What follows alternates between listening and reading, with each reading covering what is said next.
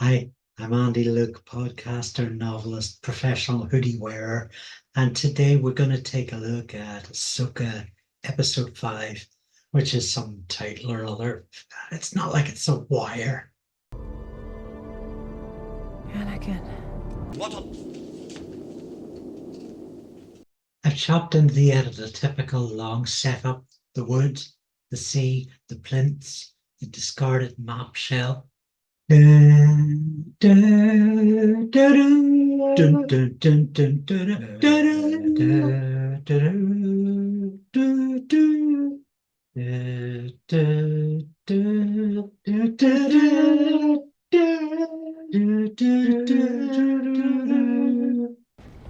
Mom? Can I come out now? Danger, Will Robinson! Danger! No, Will Robinson! Well, I'm just chilling with Dead Space Hitler. 2 minutes, boss. Maybe 5. The crucifix has no effect on him. Senator Organa says she can only give us cover for so long. Not even Princess Leia can shift the Rebel Alliance's asses. But, Mom, there's something about the water. I knew the Tories were involved. They polluted our waters with lightsabers too. Paul's son Young Lee plays Carson, and I'm singling him out for his realist deliveries. Jason has abilities. His father, Kanan Jarrus, was a Jedi. Okay.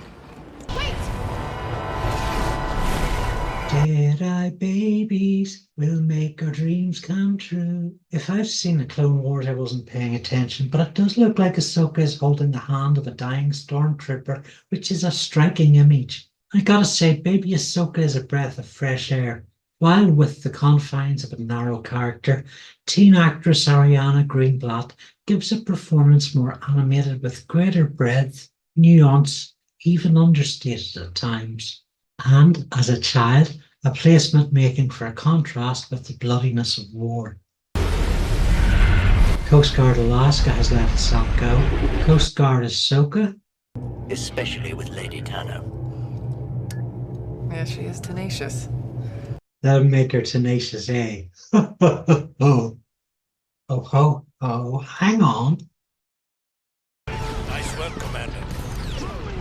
We'll secure the perimeter. This was the siege of Mandalore. And I'm not quite clear on the sides, or who'd be dumb enough to screw over the Mandalorians.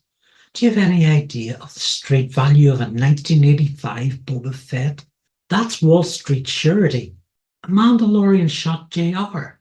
Speaking as a reader as much as a writer, dream sequences and whole dream episodes are pretty tricky to pull off.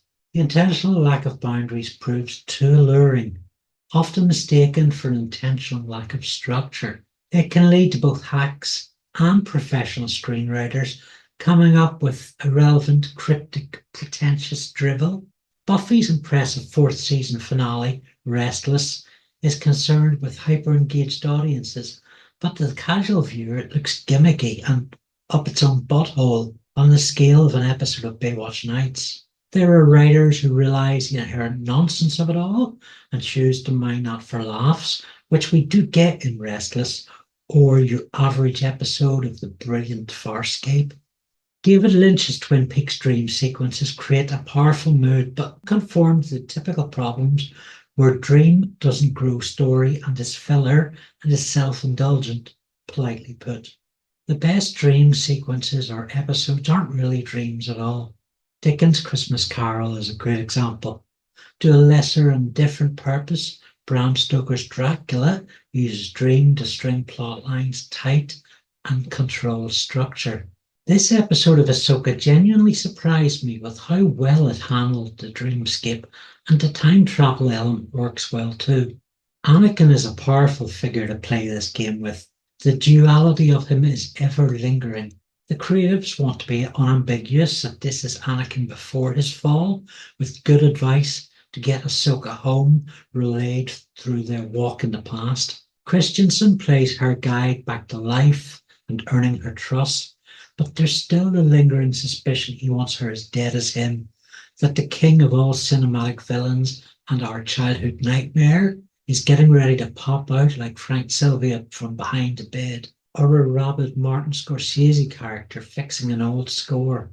There is a brief moment where Ahsoka talks death and war, and we get a trigger of evil Anakin ghost and dream, but it comes out in flashing glow sticks and is gone. A flash in the pan in minutes of their return to the space bridge to Cybertron. Ahsoka is rescued from the water. I guess it really is Ahsoka for Ahsoka. The chocolate orange really does not belong to Terry. There's nice little things. Huyang's interaction with Jason offers some humor. Will you train me? No. Do you know how to build a lightsaber? Yes? Will you teach me? No. She might have left an impression on it. Will we get to an expression? Dawson seems to put more into sensing Sabine's presence than is common for her. Of course, the camera operator spends much of the time pointing at the back of her head, so I may be wrong. I haven't directly talked about Rosario Dawson's performance as a lead because there's so little to talk about. Outside the action sequences, the script calls for Dawson to do very little, which she delivers on. It's much the same state as Natasha Liu Bordizzo as Sabine, except one can't keep their head gob closed and the other won't shut their poke peeps. Hera, the Senate Oversight Committee is going to determine if your command should be permanently suspended. Is Syndulla responsible for Sabine's TikTok account all of a sudden? You think I don't know that? That's an awfully heavy-handed response. I can't see her deserving so harsh a sentence. It paints a new rebel empire as a choir of whiny naysayers. The chorus can't unchorus can't. I know how to follow Sabine. It looks like Ahsoka is going to ride the wheel, which sure sounds like slang for taking a lot of drugs and going to hyperspace. What do you think? Is this an album cover for Pink Floyd or Led Zeppelin?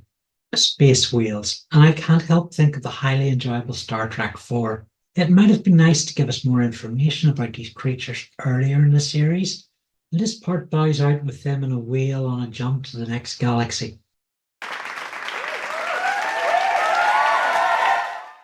All in all, this was a pretty good piece of television, particularly the first half. Not great, don't misunderstand me, but you could speak its name aloud. I sat on my backside and watched episode 5 while I had my dinner. I might watch another one.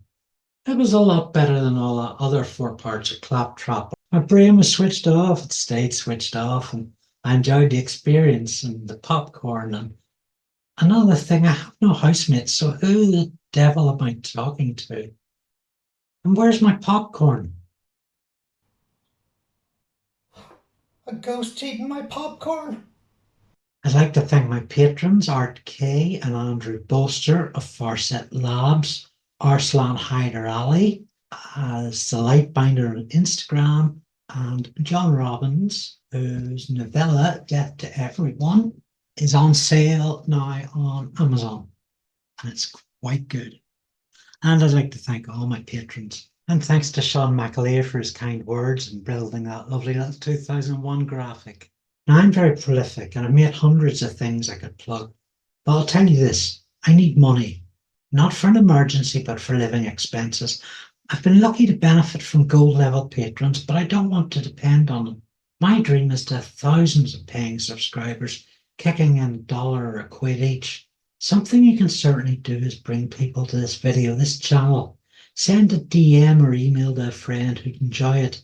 Chat to someone about it in person or tag someone in a Facebook status or tweet. All these things can use the algorithm to increase my watch hours. With a lot of push, I could, hope of hopes, be monetized on YouTube by Christmas. I desperately need to supplement my Patreon income. More money means more outside broadcasts and more props, lifting the limits. All the best support I've got in my career went through word of mouth. I know this works, so go out and tell people and be as yappy as Sabine. Thanks so much for watching. There's a new video every Wednesday and Sunday on this channel. Stay safe, have fun, love and live.